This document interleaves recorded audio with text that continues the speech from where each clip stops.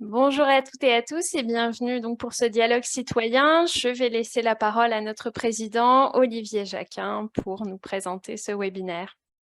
Merci, Olivier. merci à toi. Bonjour à toutes et tous. Donc, je suis le président de Citoyens et Territoires qui héberge le réseau Europe Direct et qui est donc le maître d'ouvrage de cette belle séance d'information sur une des politiques essentielles et historiques de notre belle Union européenne. Un tout petit mot sur Citoyens et Territoires. On est une association assez ancienne qui a plus de 20 ans d'élus locaux qui se passionnent pour la question du développement local et conséquemment autour de la coopération. Tout le monde a pour matrice le cadre européen qui nous est cher. Et dans ce cadre-là, nous avons postulé auprès de la Commission européenne pour être un relais d'information de la Commission avec ce qu'on appelle ces réseaux Europe Direct. Donc Camille, qui est là, souriante, est la cheville ouvrière. Et franchement, bon, il se trouve que je suis par ailleurs agriculteur, mais ça n'a rien à voir avec l'objet. S'intéresser à la PAC en ce moment présent, c'est fortement opportun, puisque la PAC vient d'être redéfinie pour un certain nombre d'années, j'en dis pas plus. Et j'ai juste dit que c'était une des politiques essentielles et historiques de l'Europe. Nous travaillons par ailleurs, citoyens et territoires, avec les élus locaux sur le réseau Partage, qui est un réseau de la transition alimentaire. On travaille sur les plans alimentaires territoriaux, à accompagner les élus dans une logique de production locale de qualité et de s'inscrire dans l'avenir autour du réchauffement climatique. Alors un grand merci à Dominique Potier qui est un camarade ancien puisqu'on était ensemble au lycée agricole. Je suis très content de le retrouver là. Un grand bonjour à Anne Sanders qui nous fait le plaisir de venir donner la répartie à Dominique Potier. Je pense que la discussion va être de qualité et vigoureuse. Puis je salue aussi Camille qui a eu l'idée d'aller chercher les étudiants de lycée agricole pour alimenter le débat. Alors, excellent débat à tous. J'en reste là pour ma part. Merci à vous. Merci beaucoup Olivier Jacquin et bienvenue à toutes et à tous. Alors effectivement, donc on a envie de cadrer un petit peu ce dialogue citoyen. Alors 2022 a été consacré comme année européenne de la jeunesse par les institutions européennes. Donc l'objectif à travers ce dialogue citoyen, c'était aussi d'interpeller les jeunes pour qu'ils puissent justement prendre part au débat et un petit peu justement alimenter cette discussion sur cette nouvelle politique agricole commune. Alors, on a eu l'occasion d'échanger avec plusieurs d'entre eux, avec deux classes de l'établissement public agricole de Bar-le-Duc et également donc de Malzéville. Et donc, face à cette politique agricole commune, et voilà, leur profil était plutôt donc des étudiants en filière production, donc qui se destinent à des métiers soit agricoles, soit vraiment dans soit agriculteurs, soit dans le milieu agricole.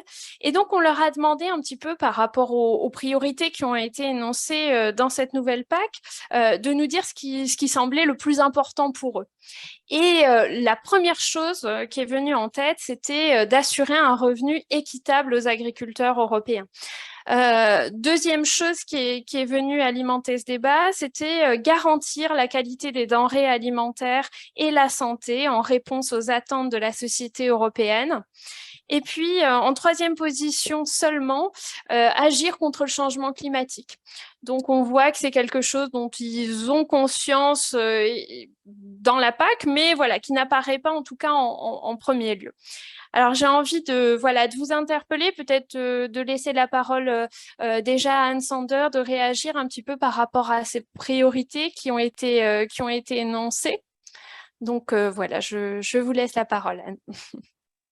Bonjour à tous et merci d'organiser cette discussion. Alors, je crois que c'est important qu'on puisse échanger des points de vue, qu'on puisse aussi s'interroger les uns les autres. Et moi, je suis toujours ravie, moi qui ai fait partie l'équipe de négociation de la politique agricole commune. Alors, je suis arrivée un peu plus tard en cours de négociation parce que ce sont des discussions qui ont commencé il y a quelques années maintenant et on vient seulement finalement de voter l'accord au mois de décembre dernier pour une PAC qui va s'appliquer à partir de 2023. Donc, je voudrais vraiment saluer les jeunes et leur dire que l'échange avec eux est particulièrement précieux et alimente aussi notre travail de parlementaire. Dominique dira sans doute la même chose au quotidien sur les sujets agricoles, mais aussi sur les autres sujets. Et je suis très fière d'ailleurs qu'on ait cette année européenne de la jeunesse. On a fait beaucoup de choses avec les jeunes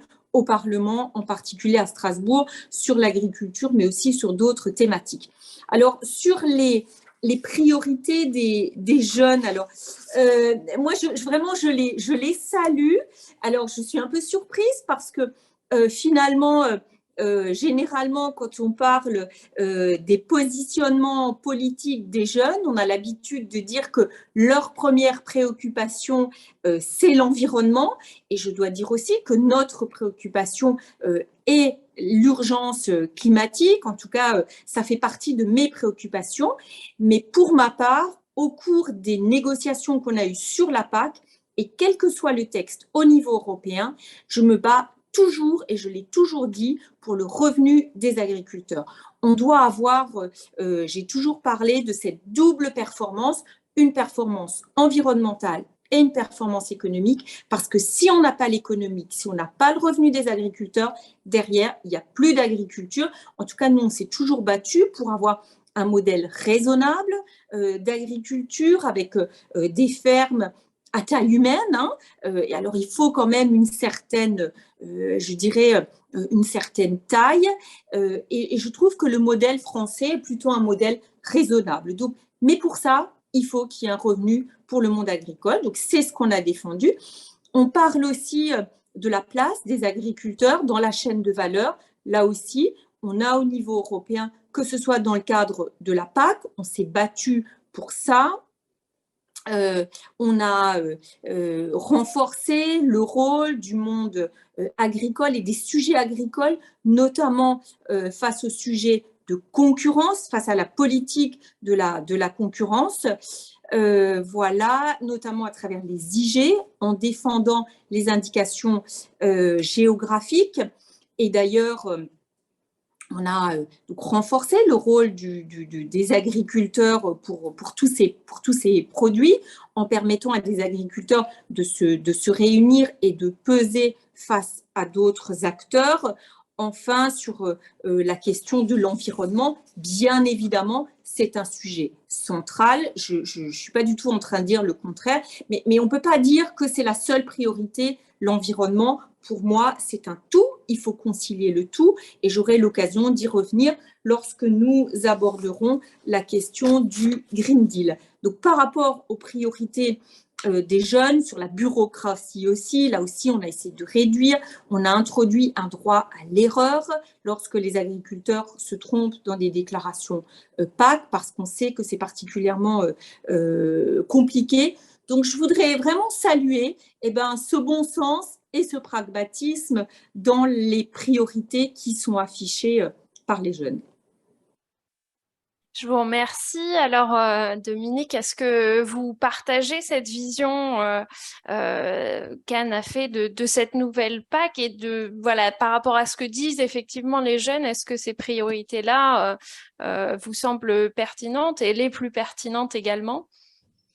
Merci tout d'abord à Olivier Jacquin et à Citoyens et Territoires de cette invitation. L'occasion de dialoguer avec Anne, je suis sûr, en bonne intelligence. On se connaît un petit peu, on s'est déjà croisés dans plusieurs débats. C'est pour moi un plaisir d'échanger avec vous ce soir.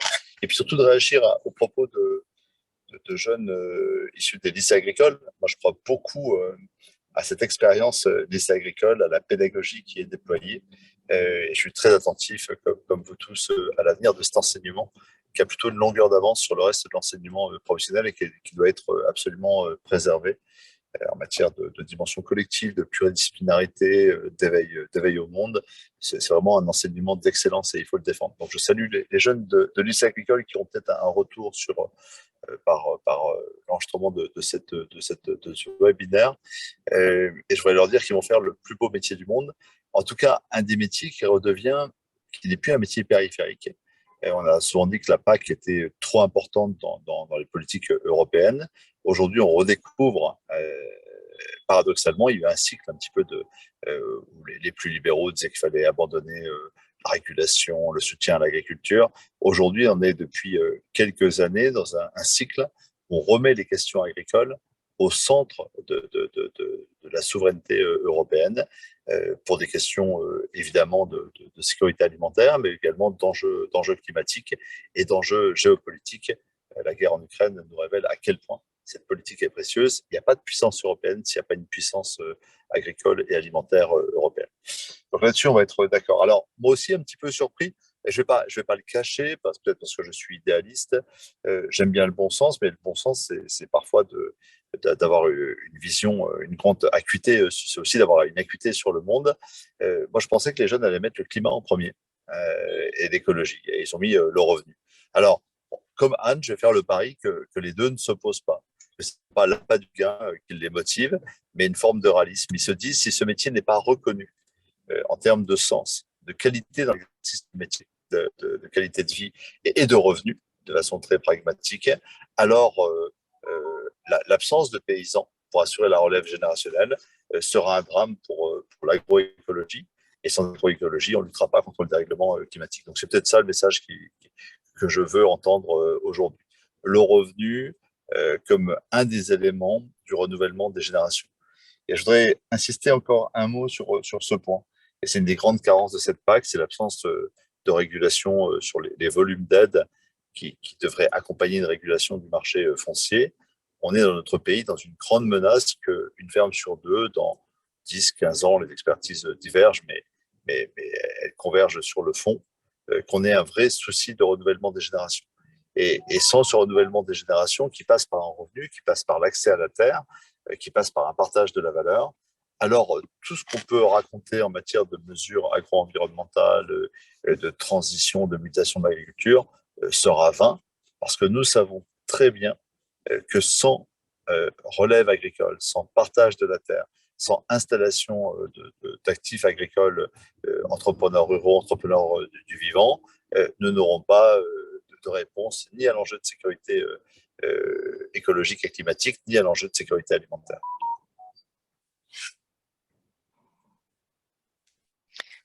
Je vous remercie. Alors effectivement, alors voilà, on commence à avoir un petit peu des réactions qui émergent du public. Alors effectivement, une des questions qu'on se pose et qu'on va se poser aussi à travers ce webinaire, c'était est-ce que cette nouvelle PAC qui a changé énormément à travers les années et qui aujourd'hui s'inscrit dans une démarche plus durable, est-ce qu'elle répond vraiment à cet enjeu-là et à l'objectif que s'est fixé l'Union européenne de faire en sorte d'arriver à une agriculture qui soit, une économie qui soit neutre en émissions de CO2 d'ici 2050, comme le souhaite en tout cas l'exécutif européen avec ce pacte vert européen. Est-ce qu'il y a néanmoins des mesures et des choses qui ont été prises pour prendre en compte ces besoins-là qui sont, comme on le dit, qui sont aujourd'hui prégnants?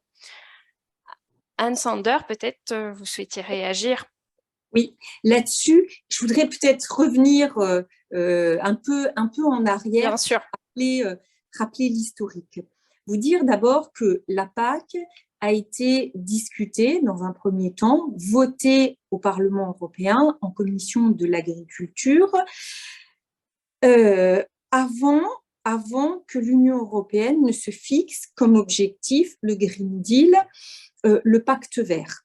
Donc, nous avons décidé de la PAC avec un budget contraint, même si on nous dit aujourd'hui que le budget ne diminue pas, en réalité, le budget diminue, d'autant plus qu'il a été alimenté par une partie du fonds de relance. Donc, lorsqu'on va parler de la prochaine programmation PAC, le risque, c'est qu'on ne parte pas du budget total, mais qu'on parle uniquement du budget de la PAC. Et là, on est vraiment en réduction. Donc, tout ça pour vous dire qu'on a décidé d'une politique agricole commune avant le Green Deal avec un budget en baisse. Lorsqu'on a discuté de cette PAC, l'objectif d'être plus ambitieux au niveau environnemental, il était clairement établi et c'est ce qui a conduit nos travaux, en particulier d'ailleurs au Parlement européen. D'ailleurs, même au Parlement européen, certains ont parfois tendance à oublier l'aspect économique en mettant le paquet uniquement sur l'environnement. Et c'est vrai que moi, dans ma démarche avec ma famille politique, on a essayé toujours de garder cet équilibre. Et aujourd'hui, j'entends des voix qui nous disent la PAC telle qu'elle a été votée n'est pas suffisamment engagée en faveur de l'environnement, ne lutte pas suffisamment contre le changement climatique, etc. Moi, je veux dire que c'est faux. Avec les moyens dont nous disposions dans notre temps de travail, eh bien, cette nouvelle PAC, elle change quand même les choses. Je vais vous dire pourquoi. Aujourd'hui, 100% des paiements du premier pilier, des mesures à la surface du FEADER sont conditionnés au respect d'un certain nombre d'engagements, de directives, de règlements européens qui sont forts en matière environnementale et sanitaire. On a aujourd'hui à la louche 80-90% des mesures qui sont liées à ce respect des bonnes pratiques environnementales. Dans la mandature précédente, enfin dans la PAC précédente, ça devait être, je ne sais pas moi, 20%. Enfin, vous voyez, vraiment à la louche, mais pour dire qu'il y a un gros effort qui a été fait sur les financements. Pour avoir ces financements maintenant, il faut respecter ces mesures. En plus, nous avons introduit pour la première fois 25% de financement liés aux éco-régimes. Donc là, il y a différentes mesures qui ont été mises en place en fonction des États membres. 35% du deuxième pilier du FEADER sont consacrés à des mesures agro-environnementales et climatiques. Dans les programmes opérationnels, là aussi, notamment pour les fruits et légumes, 15% minimum est lié à des mesures environnementales et c'est le cas pour 5% pour les programmes nationaux viticoles. Donc, il faut dire que ces efforts, ils ont été faits. Ensuite, derrière, l'Europe a pris comme engagement d'être neutre en carbone à l'horizon de 2050. Mais nous, on était déjà trop avancés dans les discussions sur la PAC. On n'avait pas de budget supplémentaire pour intégrer tous ces objectifs dans la nouvelle PAC. Donc, dans ce que nous avons fait dans la PAC, on s'est fixé comme objectif de faire encore plus d'efforts, mais sans les chiffrer, je dirais.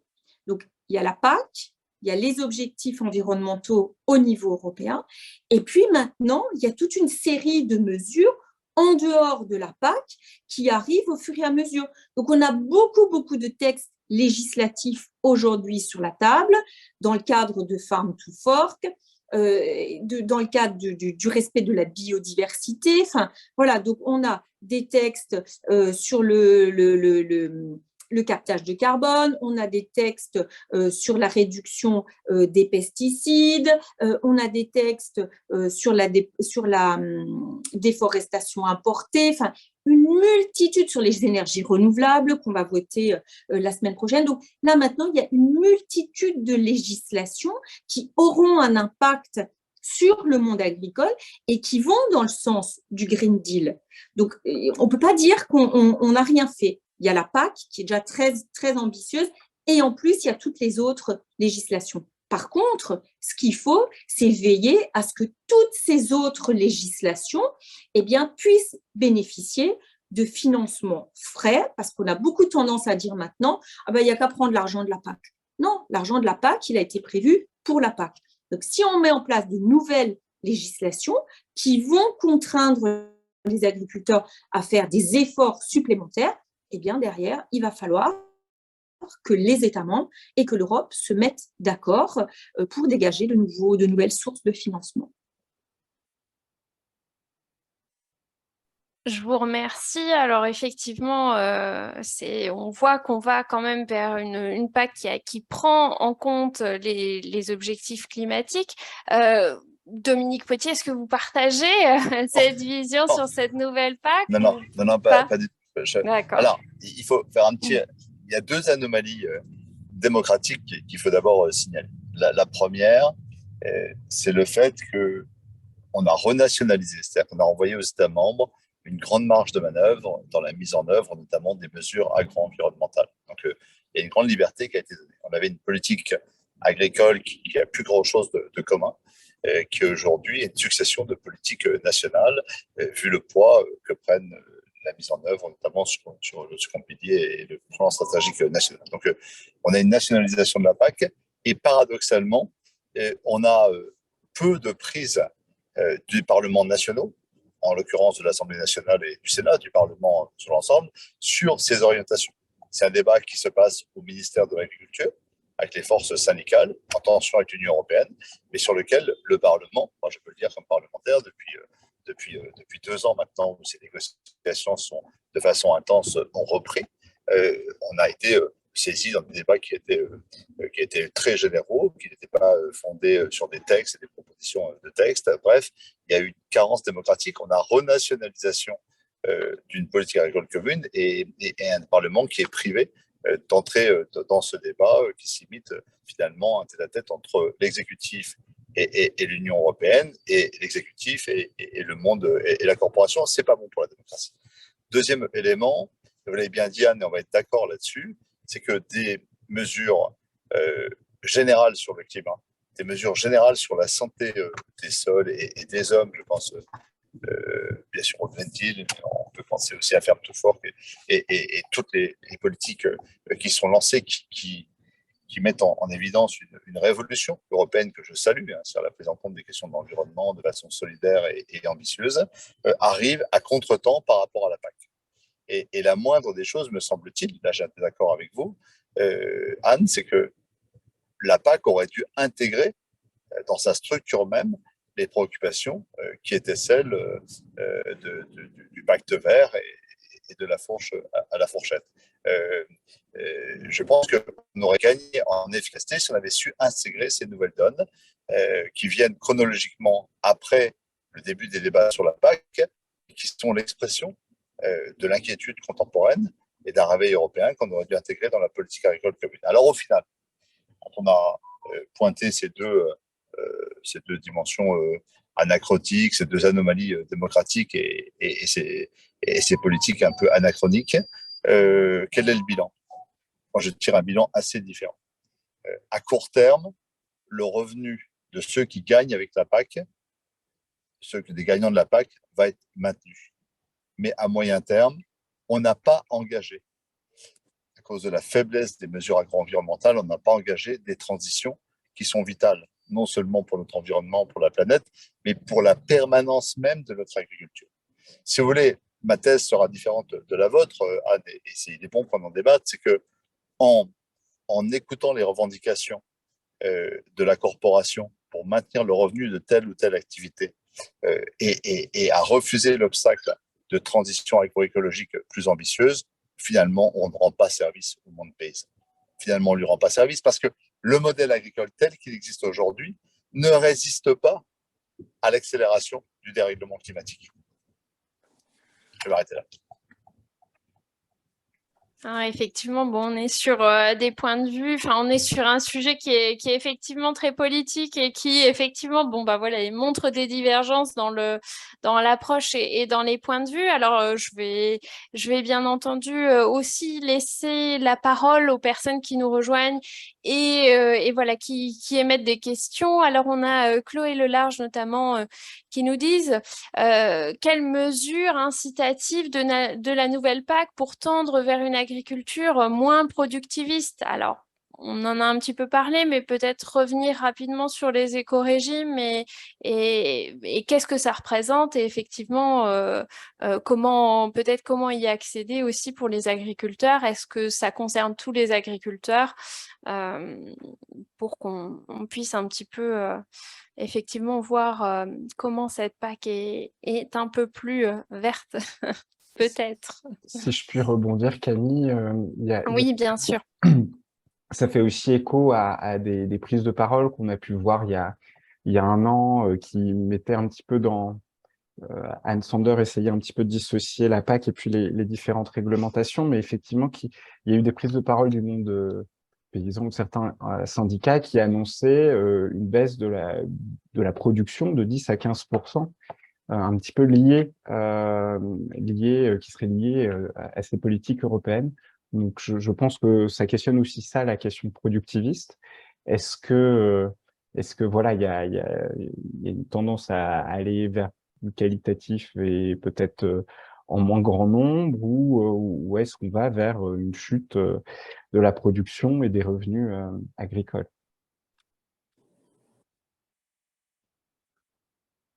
Alors peut-être pour réagir là-dessus, ça c'est un vrai sujet, c'est un sujet qu'on retrouve essentiellement dans la stratégie de la ferme à la fourchette, qui est le volet agricole et alimentaire du Green Deal, hein, avec là aussi donc la stratégie Farm to Fork et la stratégie biodiversité, eh bien, qui ont fixé des objectifs très précis et très contraignants à l'alimentation et à l'agriculture européenne. Alors, on est tous d'accord pour dire qu'il faut pousser plus encore la qualité, qu'il faut réduire les intrants. Enfin, moi, je ne dirais pas le contraire, mais je me dis, si on veut se fixer des objectifs aussi précis que ceux qu'on a fixés, eh bien, il faut avoir une vision globale des politiques qu'on veut mettre en œuvre.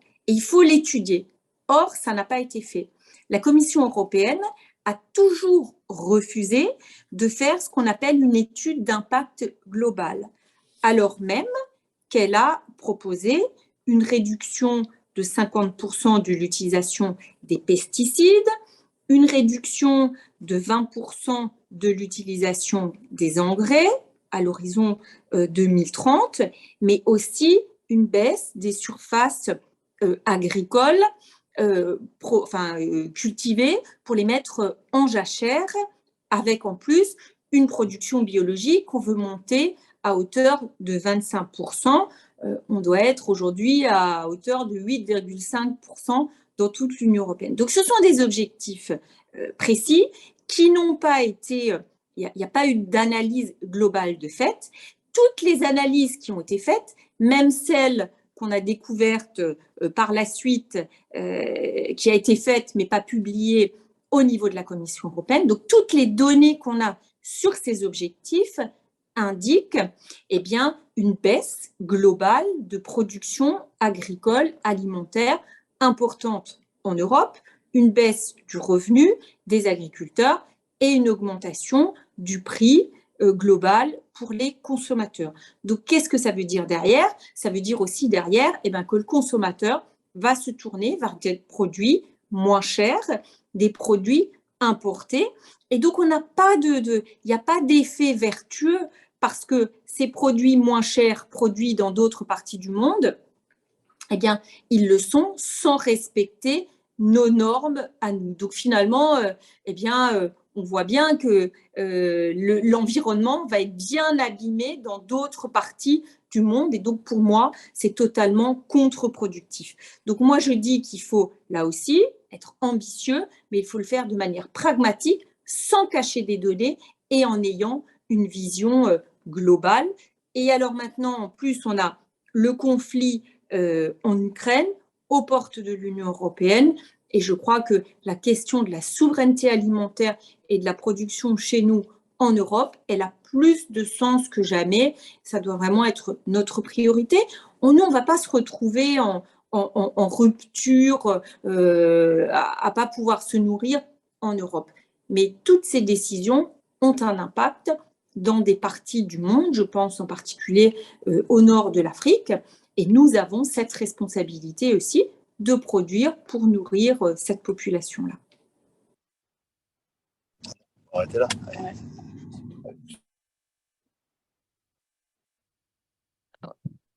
Oui. Alors, est-ce que Dominique est toujours avec nous? C'était le moment où on souhaitait qu'il réagisse. Ah ben voilà, c'est pas grave, il est arrivé peut-être à sa destination. Dominique, est-ce que vous êtes avec nous? Oui, Oui. non, il y a eu un petit… Voilà, mais là, ça y est, on vous entend. Je ne sais pas si vous souhaitiez réagir, parce que j'imagine Oui, que bien vous sûr, avez… je vais réagir et je rejoindrai mon bureau juste après pour la suite et la fin des débats. Alors, tout d'abord, vous dire, Anne, que les études auxquelles vous faites référence sur le moins 15% sont des études qui sont contestées aujourd'hui. Elles ont été produites par les tenants de la continuité du système actuel. Elles disent, Green Deal, Farm to Fork, c'est moins 15%.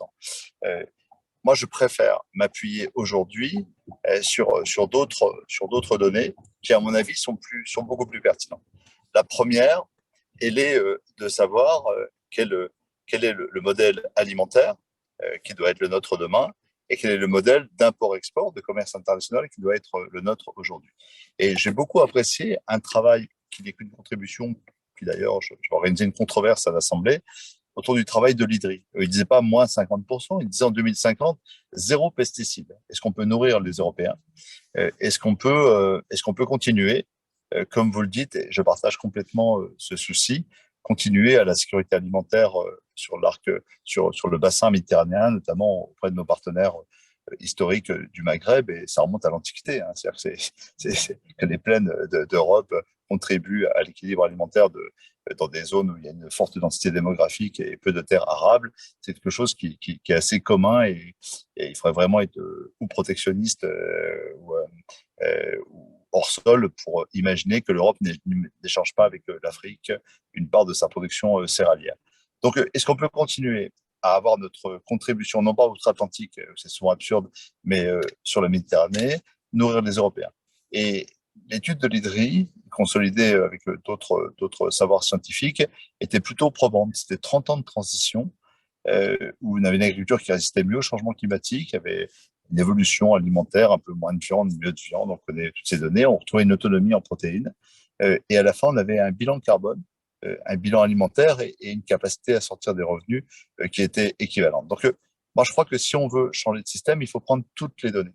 Effectivement, si on est sur un marché européen où il n'y a pas de clause miroir et qui continue à être ouvert à tous les vents du moins 10 ans et de production low cost qui se font ailleurs au détriment du bien-être des personnes, du bien-être animal et du respect de la planète, alors on ne pourra pas faire évoluer l'agriculture. Par contre, si on a les régulations attendues, et on peut être déçu de la présidence française sur le fait que les clauses miroirs étaient un récit, un discours, mais qui n'est pas été incarné plus avant. Là-dessus, je pense qu'on va être assez d'accord. Hein. On a eu le discours, mais on n'a pas eu les actes. Bon, il y a des circonstances atténuantes, de la guerre en Ukraine, etc. Mais tout de même, on n'a pas été très loin. Mais s'il y a des clauses miroirs, alors ce risque de concurrence de nos agriculteurs par des producteurs soumis à des conditions sociales et environnementales moins disantes tombe. Et d'autre part, nous avons la capacité, par l'agroécologie, avec des savoirs qui ne cessent de progresser, des technologies du végétal, des recherches qui sont encore aujourd'hui balbutiantes, mais déjà tout à fait prometteuses, on a la capacité à produire autrement. Et vous savez que pour produire autrement, il faut augmenter la diversité des productions, il faut augmenter les rotations, il faut reconnecter l'élevage et les céréales, il faut faire des méthaïs, il faut faire de l'agroforesterie, bref, il faut changer de système. Et tous les observateurs scientifiques nous disent que cette agriculture-là est plus résistante au changement climatique et correspond et enrichit la capacité des sols à générer de la fécondité, à produire de la productivité. Alors, moi, j'ai envie de vous dire, vous parlez de la question de Chloé, je crois, était de dire moins productiviste. Moi, je veux dire, 10 milliards d'habitants sur la planète, il va falloir produire partout. Il va falloir permettre le commerce international, permettre à tous les paysans du monde de produire partout et d'abord de nourrir leur propre population et d'échanger juste ce qu'il faut et d'échanger au prix juste. Deux, produire aujourd'hui, c'est faire un bilan entre les calories que l'on produit et l'énergie qui est consacrée à la production de ces calories. Or, le modèle agricole, de production agricole est contre-productif dans le sens où il est très consommateur d'énergie au vu des productions de calories qu'il produit. Un autre modèle est possible et malheureusement, cette PAC ne l'encourage pas suffisamment puisque je ne prends qu'un exemple sur la bio. On a des aides au maintien qui étaient de l'ordre de 300 € qui sont tombées aujourd'hui. Elles sont à peine compensées par le plus 30 € qui nous différencie des mesures de haute valeur environnementale. Franchement, c'est minable et ce n'est pas à la hauteur de tous les bénéfices généraux en termes de santé des sols et de santé des hommes que produit l'agriculture biologique. Mais je pourrais parler de tant d'autres sujets où l'Europe et le plan stratégique national français a raté sa cible.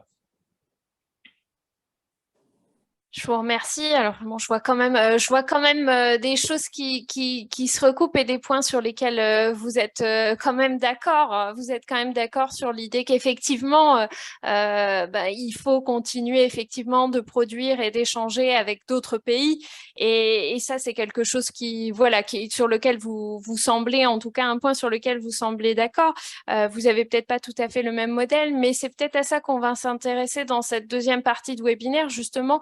Comment est-ce qu'on conjugue une production agricole européenne avec effectivement qui peut peut-être un jour tendre à l'autosuffisance, mais bon, on voit qu'aujourd'hui, on importe quand même encore beaucoup de produits d'autres pays. Donc, comment aujourd'hui, un petit peu, on conjugue ce modèle-là, quelle agriculture on veut et quels sont les produits qu'on a envie d'échanger avec le reste du monde et peut-être ceux pour lesquels on aimerait trouver un autre modèle. On voit que là aussi, il y a des travaux quand même qui sont menés au niveau des institutions pour faire en sorte que ces accords commerciaux, ils respectent, on s'inscrit dans la durabilité un peu plus. Et donc là aussi, comment vous percevez les travaux qui sont menés au sein des institutions sur ce commerce international?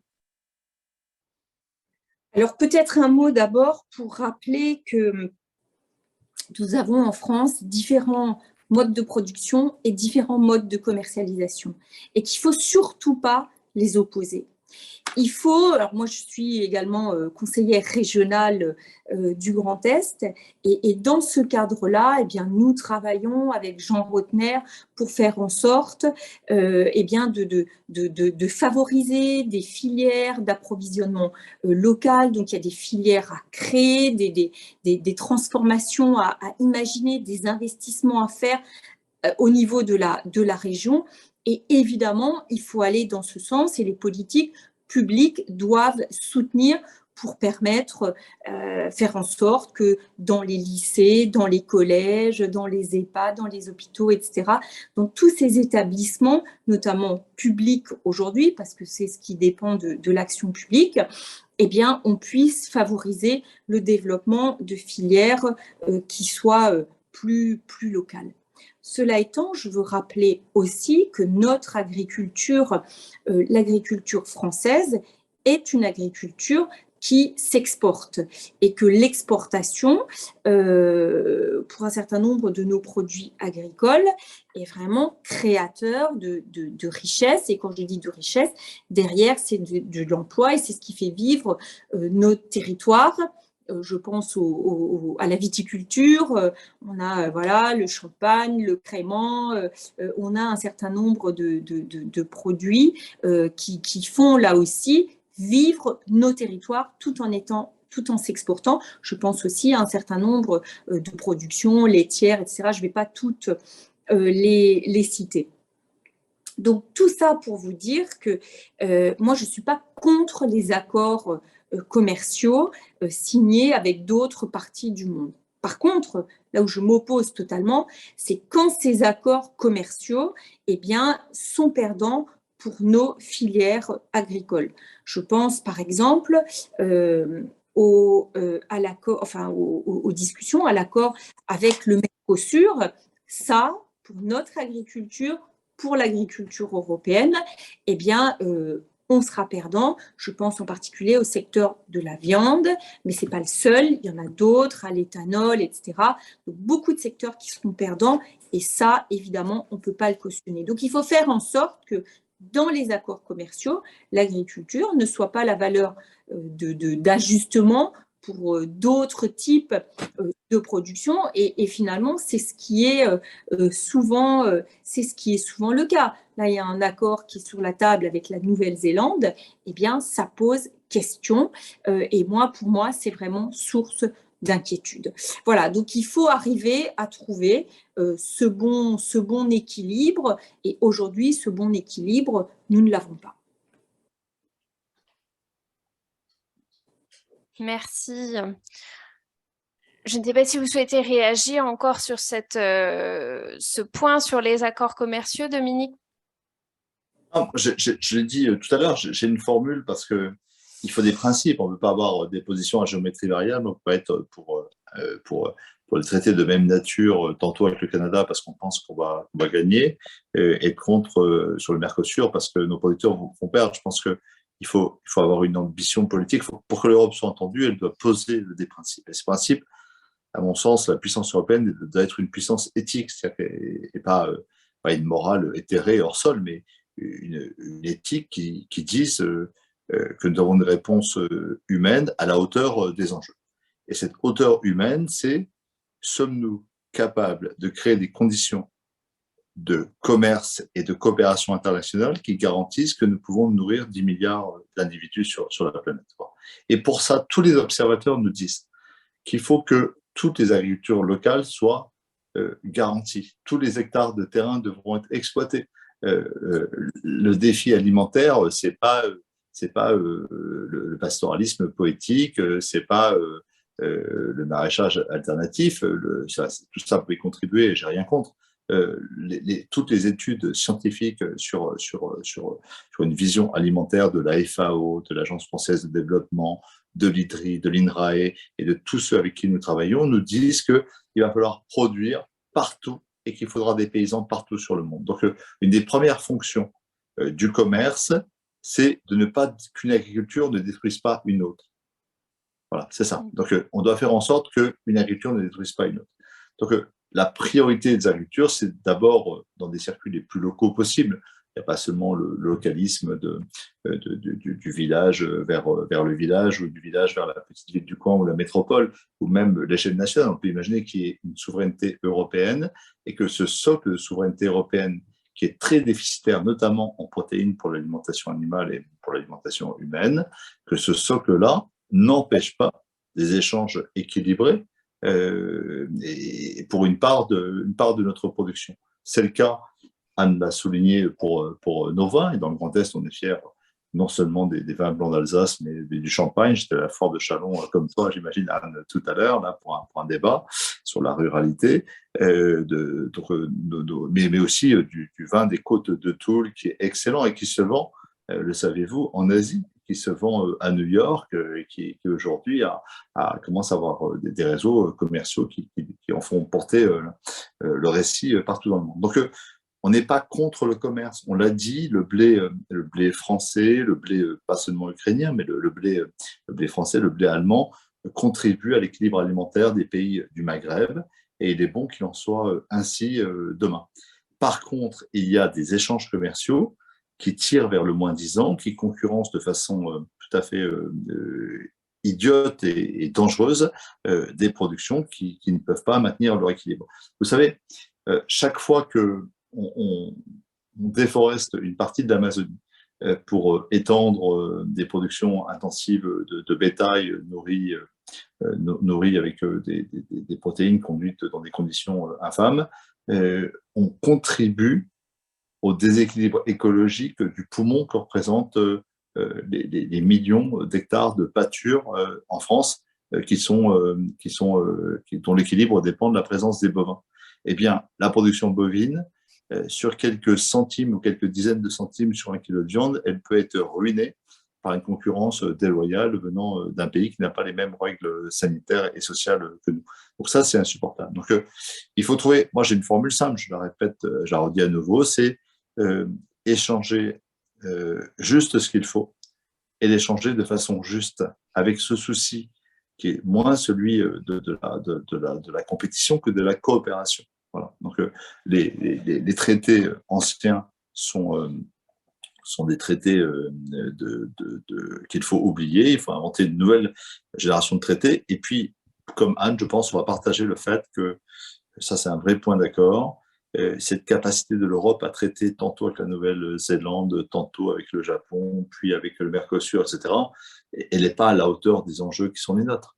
Il faut renouer avec un multilatéralisme.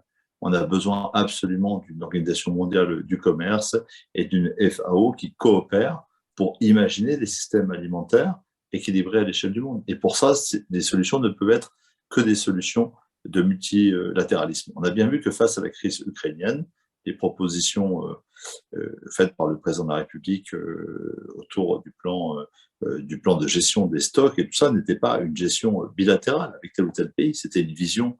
Il nous proposait une vision mondiale de régulation des stocks pour assurer la sécurité et faire face à la crise ukrainienne. Et nous pourrions dire aujourd'hui à la crise ukrainienne et aux crises climatiques à répétition qui s'annoncent.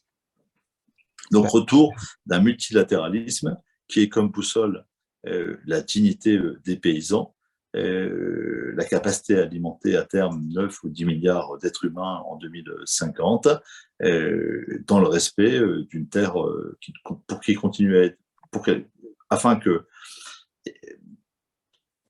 qui pour être nourricière doit être bien entretenue et la bonne performance, encore une fois, entre l'énergie et la calorie produite, me semble relever plutôt des pratiques agroécologiques que des pratiques traditionnelles qui sont les nôtres aujourd'hui. Je vous remercie. Alors effectivement, alors là, on commence à avoir des questions qui sont aussi beaucoup en lien avec l'actualité, avec l'énergie notamment. Et cette question effectivement de l'exploitation des terres agricoles. Alors est-ce qu'aujourd'hui, quelle part les productions agricoles dédiées aux énergies prendront-elles sur la production alimentaire? À ce jour, avons-nous suffisamment de recul pour l'évaluer alors que les deux enjeux sont prégnants? Donc voilà, je me fais le relais de la question d'Isabelle Cornette. Et pour faire peut-être le lien aussi sur le côté énergie, Laurent Vatrin demandait si, au niveau européen, comment lier paquet énergie et PAC, enfin voilà, si les terres agricoles deviennent aussi des ressources. Alors peut-être un mot d'abord sur l'alimentation, sur les énergies et qu'est-ce qu'on utilise. Moi, je pense qu'aujourd'hui, on a des règles qui limitent le recours aux produits agricoles qu'on peut utiliser pour fabriquer de l'énergie. Donc là-dessus, il faut être prudent, il faut être raisonnable, il ne faut pas tout interdire, mais je pense qu'on a aujourd'hui des textes qui encadrent bien le sujet. Là où moi je crois qu'il faut vraiment qu'on continue à travailler, c'est pour intégrer davantage les agriculteurs dans la production d'énergie, mais c'est aussi pour montrer comment ils sont vertueux. Et nous, au niveau du Parlement européen, aujourd'hui, nous sommes en train de travailler à un certain nombre de textes. Et ces textes, il faut être extrêmement attentif pour valoriser le monde agricole. Alors, moi, je pense qu'il faut que nous puissions développer, et d'ailleurs, nous avons donc un certain nombre de votes qui rejoignent ces préoccupations dans les semaines à venir. On a un texte sur les énergies renouvelables. Et là aussi, on veut encourager le rôle des agriculteurs. Alors, il y a la question de la méthanisation. Alors là-dessus, il faut être prudent, ce qu'on met dans les méthaniseurs. Enfin, là, on a aussi des règles nationales, je l'ai dit, qui encadrent bien la chose. Mais je crois qu'il faut faciliter. Et d'ailleurs, l'Union européenne s'est fixé des objectifs plus ambitieux en termes de méthanisation, mais il faut que ça se fasse intelligemment sur le terrain, parce que parfois ça coince au niveau de l'acceptabilité sociétale dans les villages, mais je crois que si ça se fait bien et si on inclut l'ensemble des acteurs d'un territoire, c'est quelque chose qui peut être particulièrement vertueux. On a aussi tout le photovoltaïque qu'il faut soutenir la production d'énergie solaire. Les agriculteurs ont des surfaces en termes de hangars, donc il faut le prévoir, accompagner pour les hangars existants, mais aussi accompagner et mettre en place peut-être des exigences sur les nouveaux bâtiments agricoles. Donc sur tous ces sujets-là, les agriculteurs ont ce rôle à jouer et donc il faut évidemment, il faut l'amplifier, mais ça doit se faire toujours à l'échelle d'un territoire et de manière intelligente. On a aussi tous les textes qui sont sur la table, sur le captage, sur la séquestration de carbone. Et là aussi, il faut valoriser le rôle des agriculteurs qui jouent le jeu et qui ont des cultures qui sont favorables au captage du carbone. Au niveau des collectivités locales, au niveau national aussi, je crois qu'il faut accompagner toute cette réflexion avec des mesures de soutien au monde agricole. Il faut pouvoir faire des diagnostics d'exploitation derrière des propositions pour que l'exploitation agricole devienne une unité, je dirais, de production, mais qui a un cycle vertueux. Et puis, il y a toute la question des certificats de carbone qui peuvent aussi être une ressource pour le monde agricole. Alors, la France a mis en place des dispositifs. Nous aimerions que ce dispositif soit dupliqué et soit généralisé au niveau européen. Merci. Dominique, alors vous avez un petit peu déjà répondu tout à l'heure, mais peut-être sur cette question-là en particulier, le fait d'effectivement d'utiliser des terres agricoles pour pouvoir produire du biocarburant, des énergies dont on a aussi besoin aujourd'hui. Comment vous le on est dans un moment de panique par rapport à cet été meurtrier. On est dans un moment de sidération et de sortie, comme le dit Valérie Masson-Delmotte, d'une forme d'insouciance qui n'est pas liée qu'au traumatisme de la sécheresse, des pénuries d'eau et des incendies sur la façade atlantique.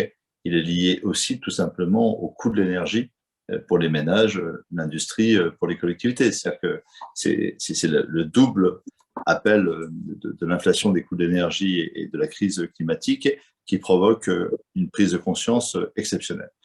Or, dans cette prise de conscience exceptionnelle, il ne faudrait pas qu'on soit dans un moment de panique qui nous fasse faire des erreurs de discernement. Et je pense que l'urgence aujourd'hui, c'est de profiter du débat européen et du débat national qui va s'engager autour de climat, énergie, la part du nucléaire, les énergies renouvelables, pour acquérir ce que j'appelle, moi, une métrique des transitions. C'est une capacité à vraiment mesurer là où sont nos besoins énergétiques et les différents scénarios pour les produire. Or, quand on regarde ceux qui ont travaillé sérieusement sur ces questions-là, je pense aux travaux de l'ADEME et de RTE, ils nous renvoient d'abord à un modèle de consommation et à un modèle d'efficience des systèmes de production avant même de penser des sources de production d'énergie.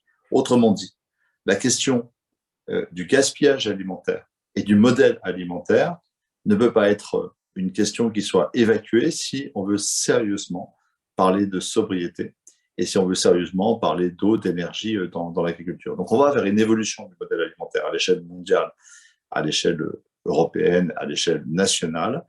Franchement, c'est bon pour la santé de tout le monde, c'est pas un traumatisme, on continuera à manger de la viande, on continuera à boire du vin dans notre pays. Ça sera un peu différent, ces révolutions sont déjà engagées, il faut les accompagner. Ça, c'est la première chose que je voulais dire. Pas de transition énergétique dans l'agriculture, de contribution de l'agriculture à la transition énergétique sans changement du modèle alimentaire. C'est un débat de société, il peut être abordé sans stigmatisation, sans hystérie et de façon douce, j'en suis absolument convaincu.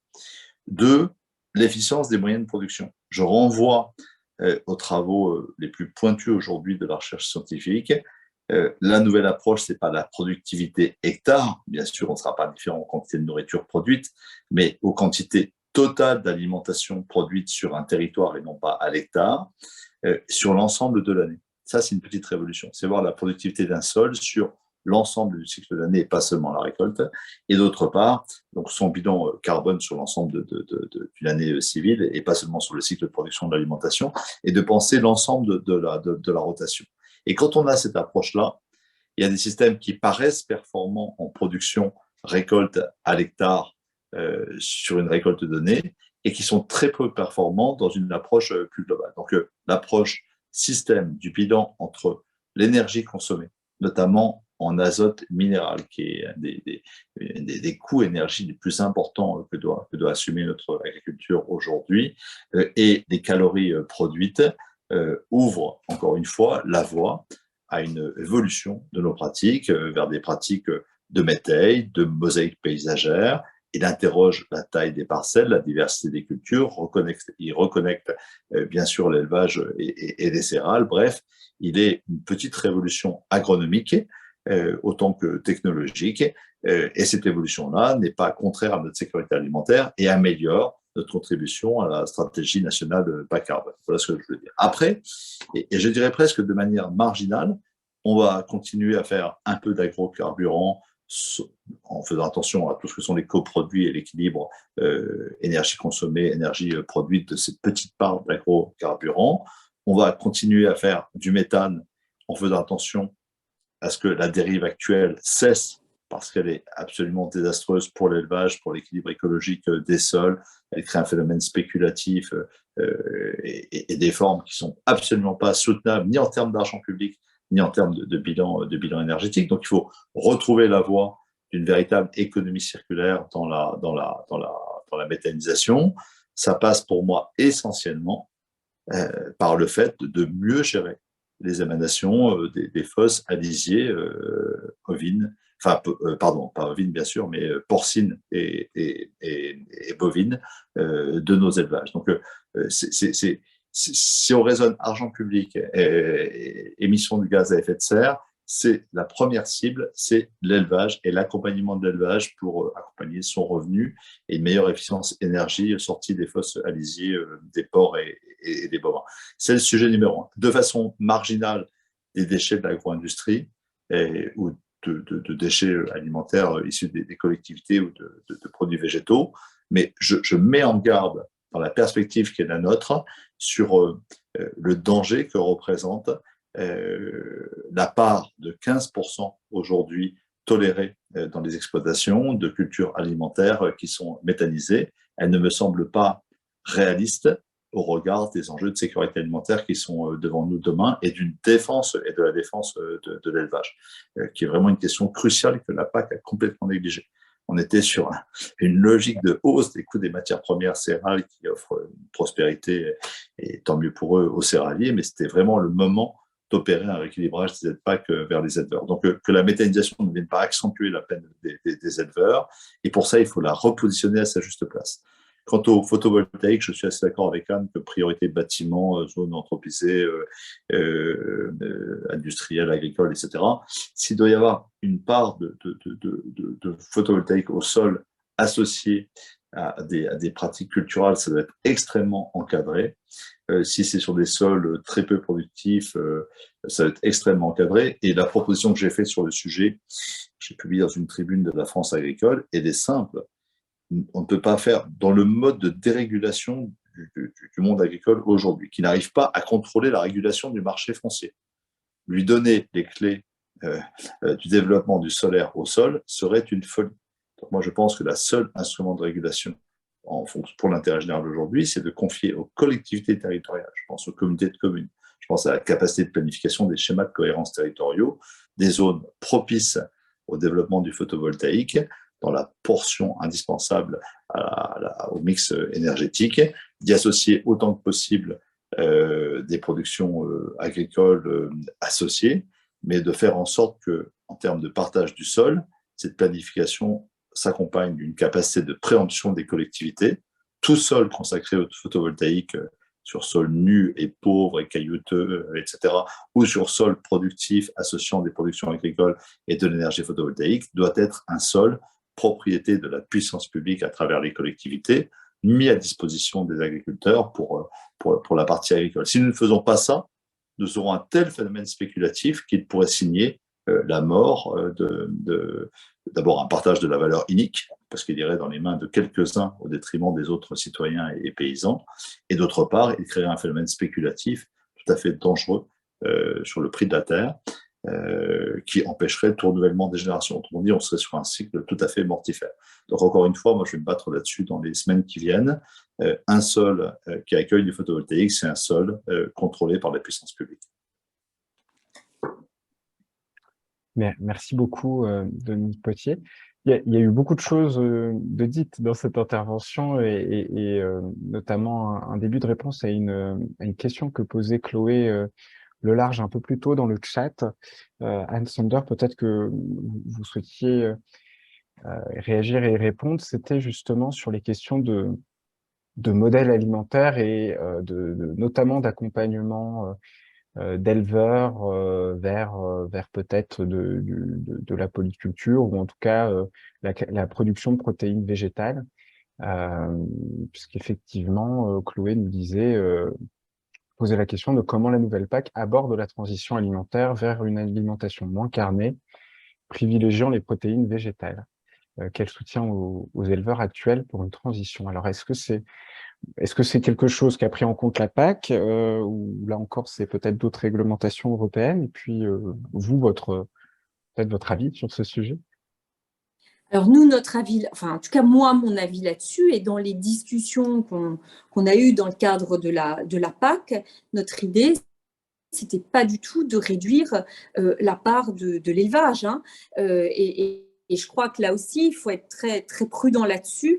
Vous savez, aujourd'hui, au niveau européen, et puis je vois bien au niveau français aussi, l'élevage est attaqué de toutes parts et finalement on désigne l'élevage comme responsable de beaucoup de maux.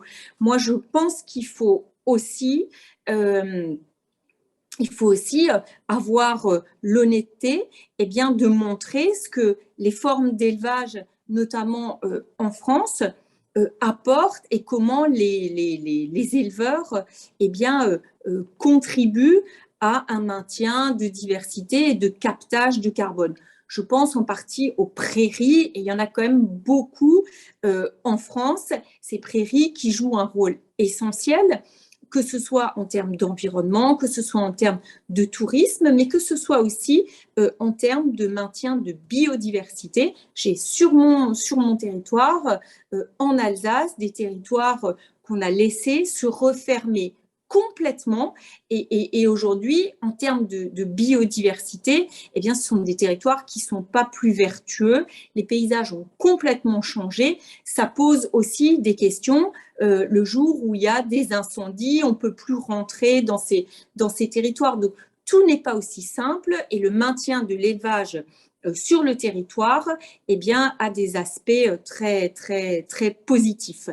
Mais c'est vrai qu'au niveau européen, pas dans la PAC, je dirais, mais dans le cadre de Farm to Fork, de la stratégie de la ferme à la fourchette, on voit bien beaucoup d'attaques vis-à-vis de l'élevage, vis-à-vis de la consommation de viande, et ça risque aussi de se matérialiser dans d'autres politiques.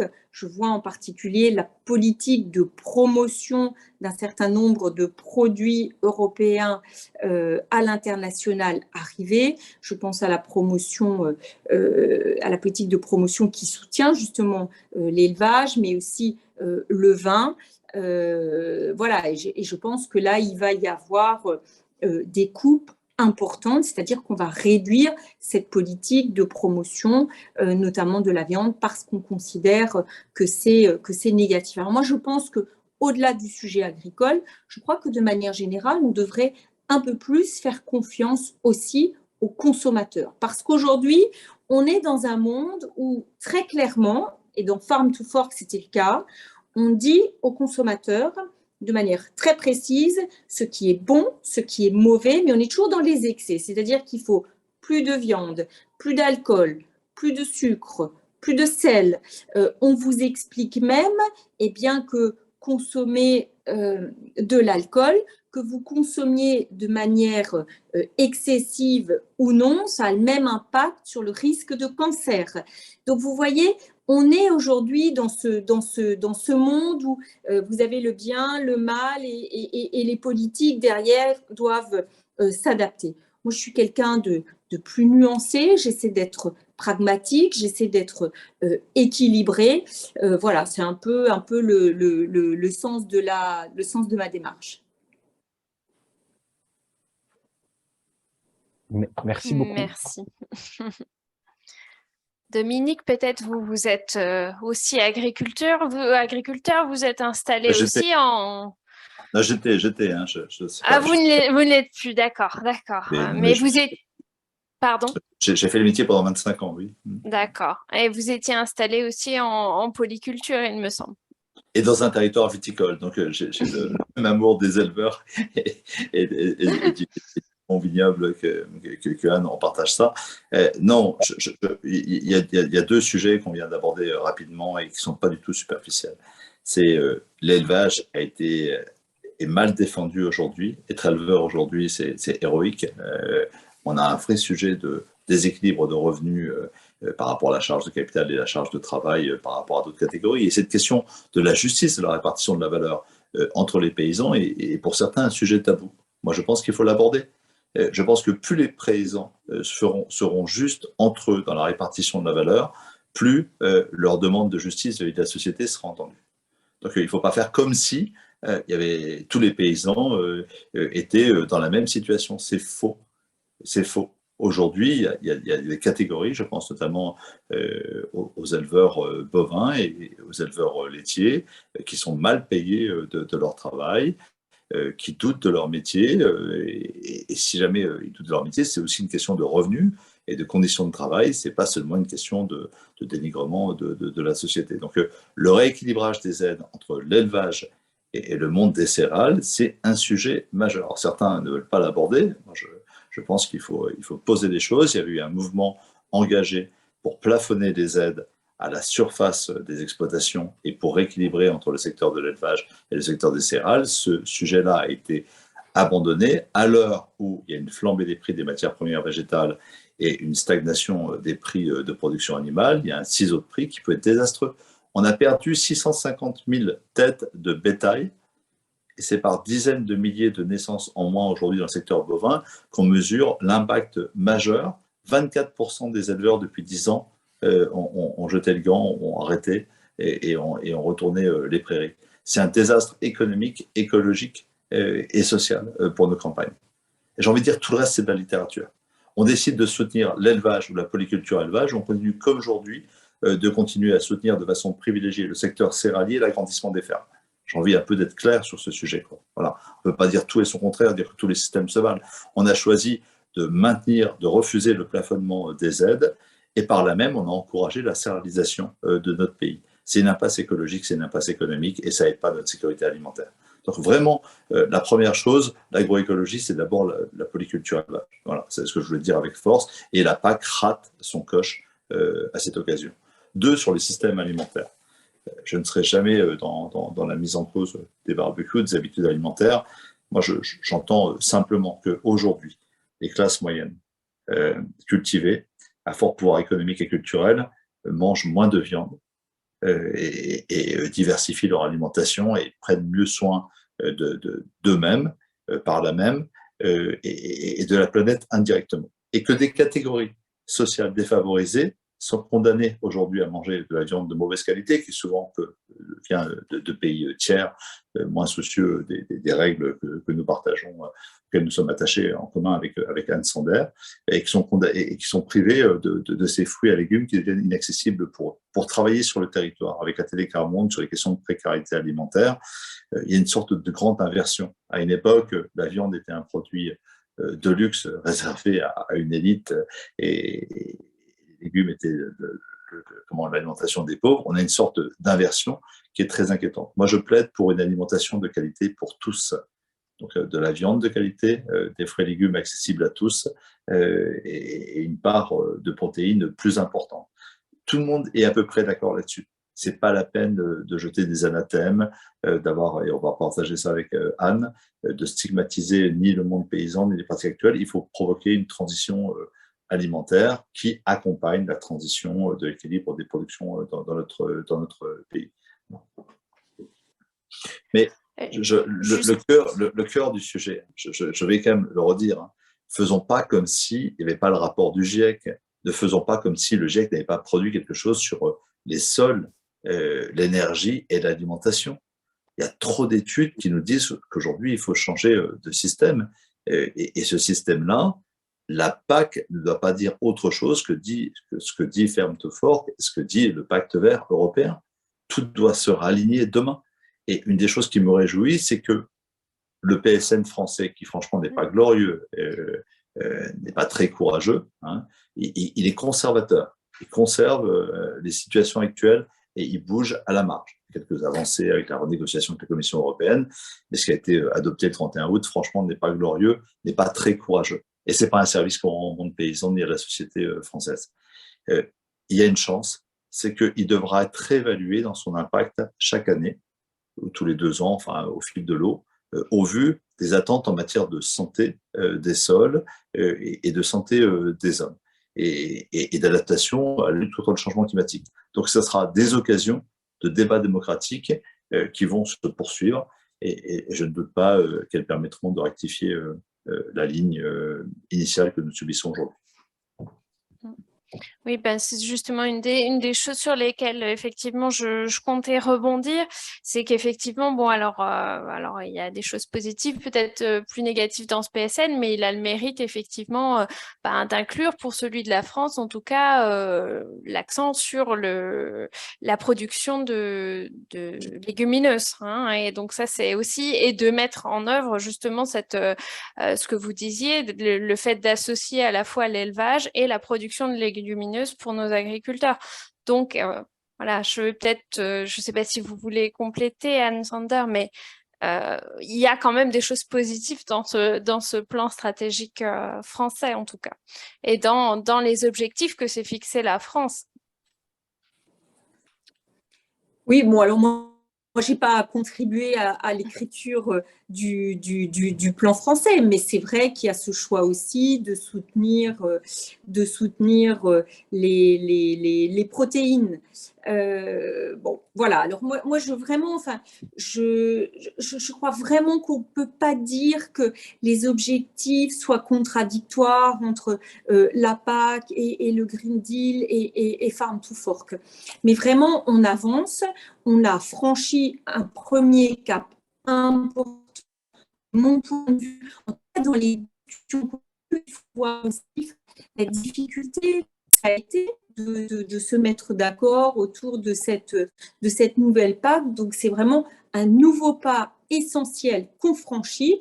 Et moi, je voudrais surtout vous inviter à regarder toutes les législations qui sont en discussion aujourd'hui et qui vont avoir un impact très, très fort pour le monde agricole, avec de nouvelles contraintes importantes.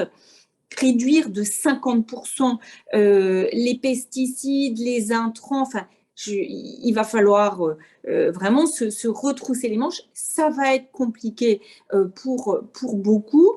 Donc, on ne peut pas dire qu'on laisse faire et qu'on ne fait rien. Ça, très sincèrement, je voudrais vraiment dire qu'on fait cet effort au niveau européen, et pour ceux qui devront mettre en œuvre, ça va quand même être compliqué. Mais il faut s'en servir pour en faire une opportunité, et c'est pour ça que la question de l'énergie et de tout ce que le monde agricole a apporté en termes de production d'énergie, eh bien, ça peut être un moyen aussi de rémunération, de changement de pratique et de mise en place de pratiques encore plus vertueuses. Quand l'agriculteur en fait une force pour produire de l'énergie, je trouve que ça va vraiment dans le bon sens. Mais tout ça ne se fait pas d'un claquement de doigts. Il faut des accompagnements nationaux, régionaux et européens.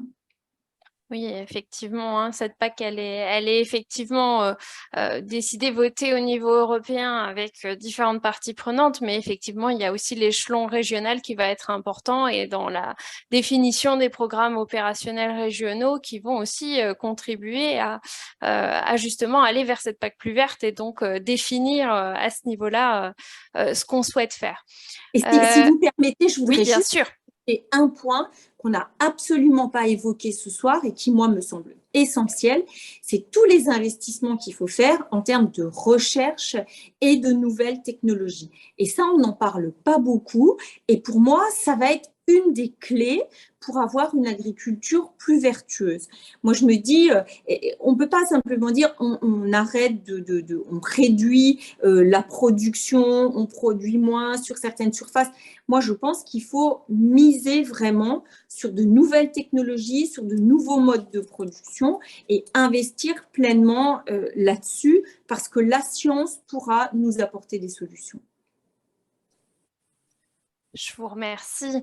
On avait peut-être une dernière question. Monsieur Potier évoque la dichotomie de régime alimentaire entre les classes sociales. Comment la PAC est-elle reliée à la politique de prévention en santé, en alimentation ?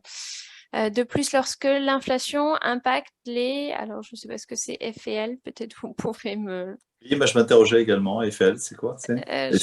fruits et légumes. Ah, les fruits et légumes. Oh. Ouais. Non, mais alors, on va être du côté des... Moi aussi, je crois à la science, Anne, hein, vraiment. Hein, Ah oui, et là, il n'y a pas de... on est là-dessus, je crois qu'on est républicains et sociodémocrates, on est amoureux de la science et de la démocratie. On a besoin vraiment des deux. J'ai écrit un long article pour la Fondation Jean Jaurès sur le lien de démocratie et science appliqué aux questions agricoles. Et je crois, sur un texte que je pense peut rassembler très largement par rapport à tous les complotismes et à tous ceux qui défient la science. On a sacrément besoin de science aujourd'hui et de débattre sur des bases scientifiques. Et je crois qu'on est au moins d'accord là-dessus, même si on n'est pas d'accord sur les conclusions qu'on en tire. La science, il me semble qu'il y a allez, je vais oser une petite phrase. Pour 90%, c'est la redécouverte des règles fondamentales de l'agronomie. C'est le cycle du phosphore, de l'azote, de la potasse, etc. Ça passe encore une fois dans la durée par quelque chose qui s'appelle diversité, rotation et reconnexion élevage. Machin. C'est d'abord l'agronomie. Et c'est 10% les technologies du végétal, le machinisme, le numérique. Bien sûr, ça apportera... mais pensez que ça nous distrait des enjeux majeurs d'équilibre agronomique qui conditionnent le rapport à l'énergie, le rapport à l'eau et finalement la fécondité des sols à terme serait un mensonge. Donc la science, elle nous dit d'abord de prendre soin des sols par des bonnes pratiques agronomiques qu'il nous faut continuer à inventer. C'est pas forcément celles d'avant, hein, mais c'est des bonnes pratiques agronomiques et il nous faut donc une nouvelle comptabilité de tout ça. Bon, quand on a dit cela, est-ce que la PAC va permettre de régler le régime alimentaire entre les fruits, les légumes, les protéines animales et végétales? Non. Par contre, elle peut y contribuer. Elle peut y contribuer par le fait que son soutien ciblé à des productions à l'équilibre économique fragile permettre une autonomie de ces aliments dans notre pays et un accès des populations les plus défavorisées. C'est une des fonctions indirectes de la PAC. En choisissant de subventionner les agriculteurs par le biais de l'impôt mutualisé des Européens, des nations européennes, dans des budgets communs qui soutiennent en retour l'agriculture, nous faisons le choix très clair de rendre la nourriture accessible à tous et de ne pas la payer à son coût réel. Le steak, le kilo de poireaux, le kilo de pommes de terre, etc., le kilo de farine ne sont pas payés au prix réel. Il y a une part de l'impôt qui paye cet aliment et une part qui est payée par le consommateur. Eh bien, la PAC, dans ces réglages, peut contribuer à ce que des aliments indispensables à la bonne santé des populations soient accessibles à tous, en soutenant mieux ces producteurs. Je pense notamment au secteur du maraîchage, de l'arbo aux fruits et légumes, et encore une fois aux productions animales, au lait et à la viande. Et bien sûr aux protéines destinées à l'alimentation humaine et animale. Donc ça, la PAC peut jouer un rôle. À noter, pour Chloé, qu'il y a une très bonne nouvelle dans les institutions à l'échelle internationale et qui pourrait nous inspirer en France, c'est qu'il y a une collaboration inédite entre les services vétérinaires, l'OIE à l'échelle internationale, la FAO et l'OMS sur les questions d'alimentation et de santé.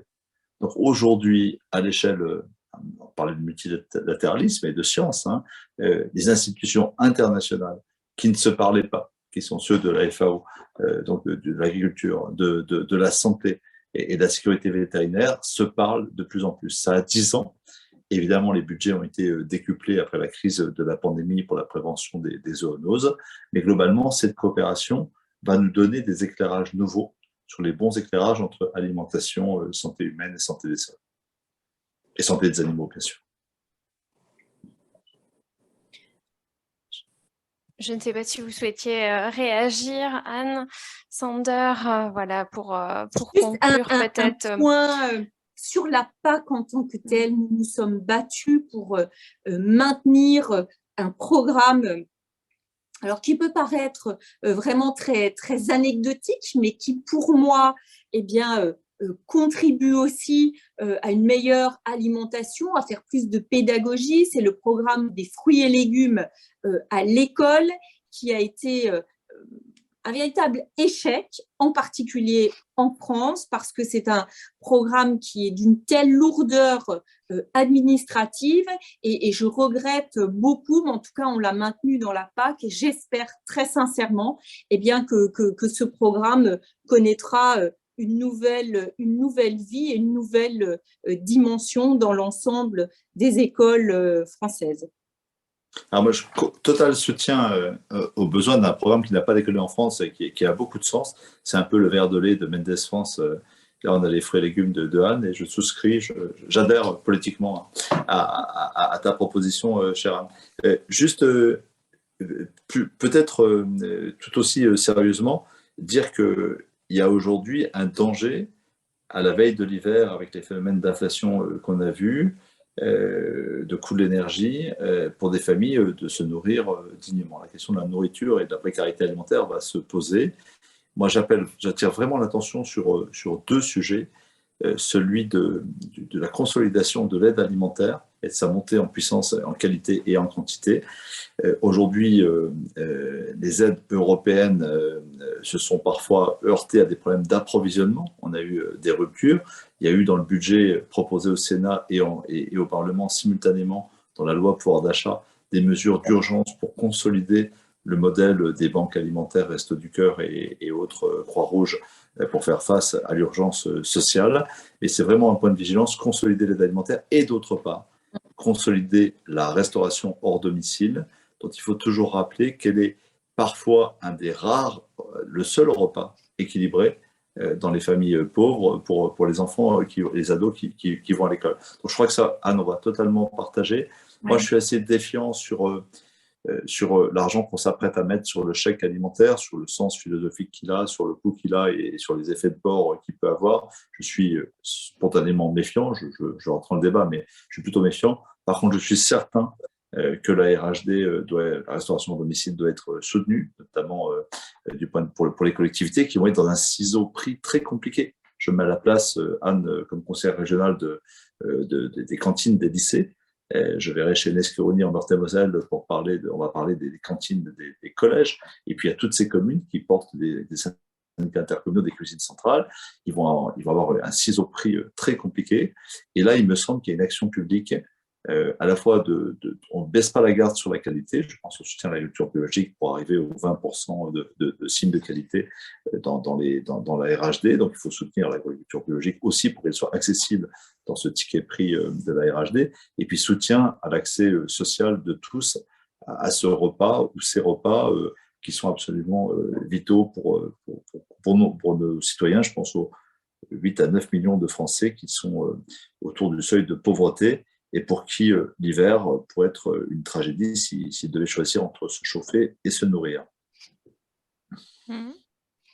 Alors effectivement, là, il y a ces démarches qui sont entreprises au niveau national. Et puis, bon, il y a ce que fait effectivement l'Union européenne, pas à travers la PAC, mais à travers le Fonds européen d'aide aux plus démunis, notamment, effectivement. Avec là aussi des budgets qui avaient été en hausse, il me semble, pour soutenir justement les banques alimentaires. Je vous propose voilà, qu'on conclue ce webinaire. Je vous remercie encore une fois pour votre participation. Merci à nos intervenants, Dominique Potier, Anne Sander. Voilà, je sais que vous êtes très pris, donc je vous remercie pour votre disponibilité pour échanger avec nous sur la PAC. On vous transmettra également par mail plus d'informations et des liens pour aller en savoir plus. Et puis, merci à mon co-animateur Charles Thomasin pour le réseau Partage. Voilà. Je vous souhaite une bonne soirée et je vous dis à bientôt pour de nouveaux échanges. Merci Anne, merci Camille. Merci, bonne soirée à tous. Merci, au revoir.